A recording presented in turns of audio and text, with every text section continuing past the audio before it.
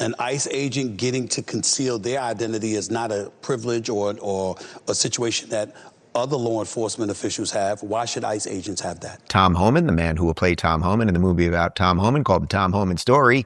Here he is talking to Stephen A. Smith, and Stephen seems, I like Stephen, seems a little confused about the mask situation. Tom cleans it up. Identity. Law enforcement officials throughout this country don't get the license to do that. They have to walk up to you. They have to identify who they are. They have to make sure it's clear.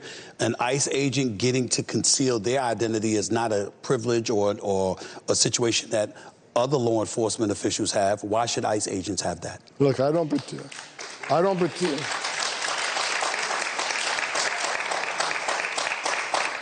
don't particularly like the mask either, but name another law enforcement agency that's over 1,000% attacks on them. And name another law enforcement agency whose spouses and children have been doxxed on social media and been attacked and bullied in churches and schools. These men and women put a gun on their hip and wear a Kevlar vest to go on the streets every day, look for the worst of worst, makes this country safer. Them wearing a mask, if that protects them and protects their families, then that has to be done. No one knows, I remember the days some of these cities, if they weren't wearing a mask during COVID, you got reported to the police and got arrested for it.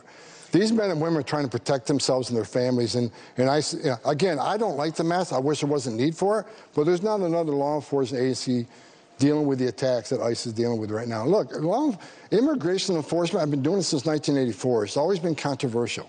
It's always been emotional. But people need to remember the men and women at ICE, they don't hang their heart on a hook when they go to work.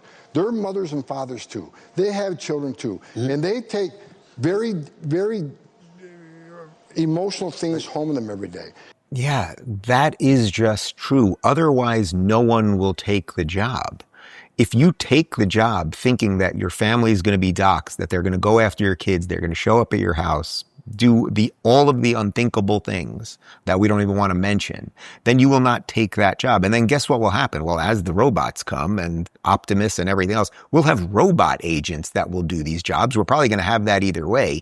But for now, you want to protect the people who, again, how many people do you think are joining ICE like, I really just want to do some bad and that's what I'm going to do. And that's why I'm going to take this job where I might get shot and someone's going to dox my family and, say horrible things about my wife and my children. It's just patently absurd. I also like the fact that Homan says, I don't really like it in principle either. That's basically what he's saying. No one really likes the idea of that. We would love, I think in the healthiest atmosphere, unfortunately, we're just not in it because of what the Democrats have created. We would all love for all of your police officers and your ICE agents and any federal officer clearly marked with their name. We'd like to see their face, blah, blah, blah. But when you guys have created the conditions that lead to people going after their families and everything else, well, then you cannot be surprised when they're going to take some action to protect them, which is exactly why Peter Parker wore the mask. It wasn't about him.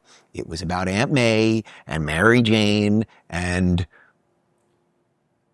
Uncle Ben, although he kicked the bucket pretty early on, and blah, blah, blah, blah, blah.